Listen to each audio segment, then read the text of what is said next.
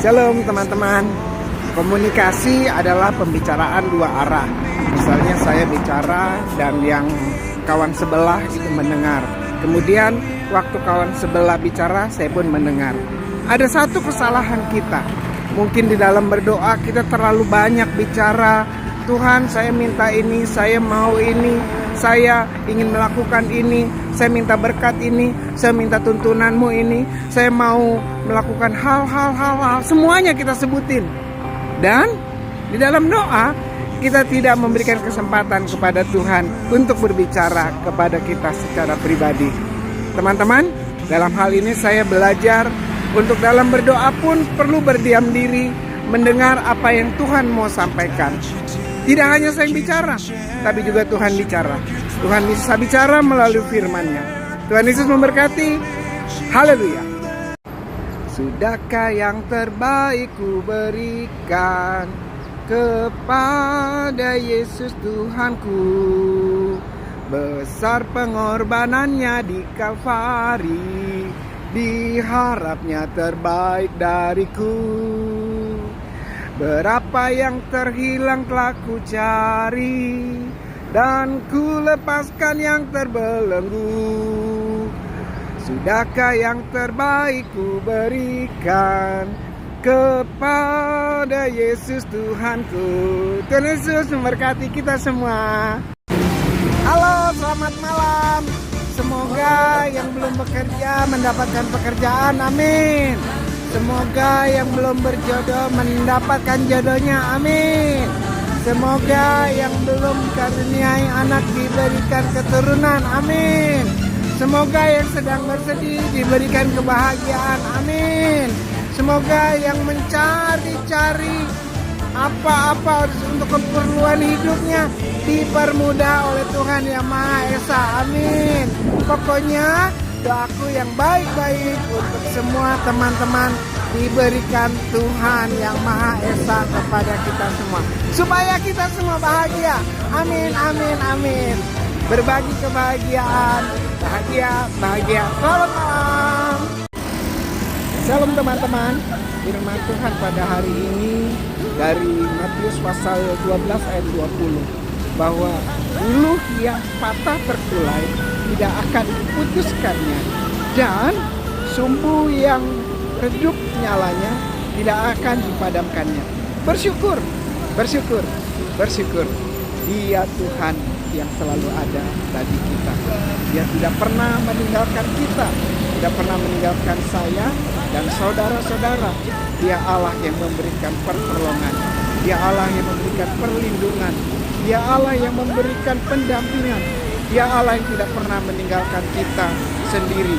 Bahkan Dia juga tidak pernah mengabaikan kita. Siapa Dia? Tuhan Yesus Kristus. Dia Allah Immanuel. Dia mau ada untuk kita, saya dan saudara. Tuhan Yesus memberkati. Selamat siang teman-teman. Siang ini saya mau kembali lagi berbagi dari apa yang saya baca. Pagi tadi saya baca dari Yakobus pasal 5 ayat yang ke-11. Ada salah satu aspek yang membuat orang bisa berbahagia. Dan ternyata aspek itu adalah ketekunan. Tekun dalam bahagia mah enak, dalam kepenuhan enak. Tapi bagaimana kalau tekun dalam kesengsaraan, kesusahan, pergumulan? Dan itu dihadapi oleh Ayub. Ayub dikatakan berbahagia karena dia tekun. Dia tekun menghasilkan kebahagiaan yang tiada batasnya.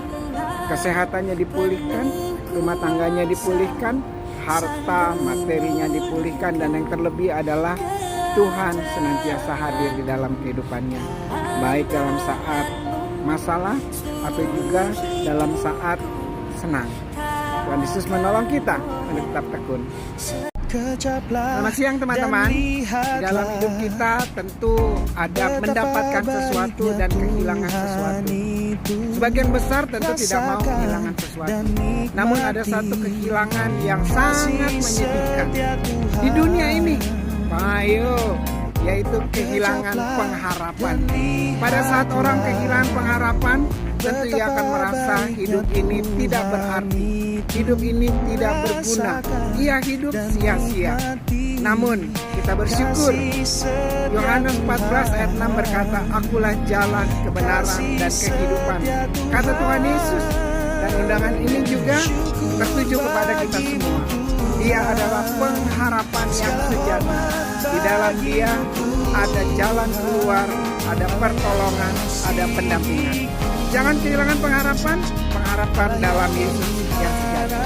Haleluya. Shalom, selamat malam. Seringkali rasa tidak bersukacita itu datang menghampiri kita, nggak usah diundang.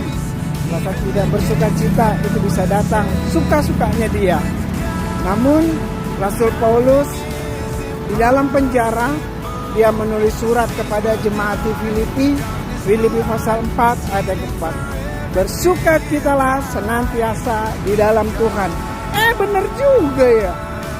Ternyata kalau kita tidak bersukacita, kesusahan hati itu nggak hilang, malah jadi tambah susah hati.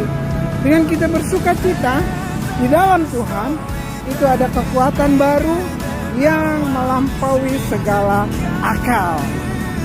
Bersyukur Tuhan mengingatkan dan senantiasa hadir dalam hidup kita. Bersukacita senantiasa. Shalom, selamat siang teman-teman. Mau berbagi lagi nih. Ingat peristiwa di mana Yunus lari dari panggilan Tuhan dan dia masuk ke dalam perut ikan selama 3 hari. Teman-teman, di dalam penyesalan akan kesalahannya, lari dari panggilan Tuhan, di dalam panggilan kesetiaannya untuk mengikuti firman Tuhan. Ayat kedua, Yunus 2. Dia berkata, aku berseru kepada Tuhan dan Ia menjawab aku. Di sini saya juga pribadi diberkati bahwa memang Tuhan tidak mengabaikan kesalahan, tapi Dia juga memiliki kasih yang tidak terbatas. Ia menyelamatkan Yunus, Ia juga akan menyelamatkan dan mengampuni kita yang mau datang bertobat, berseru kepada Dia. Tuhan Yesus memberkati kita semua.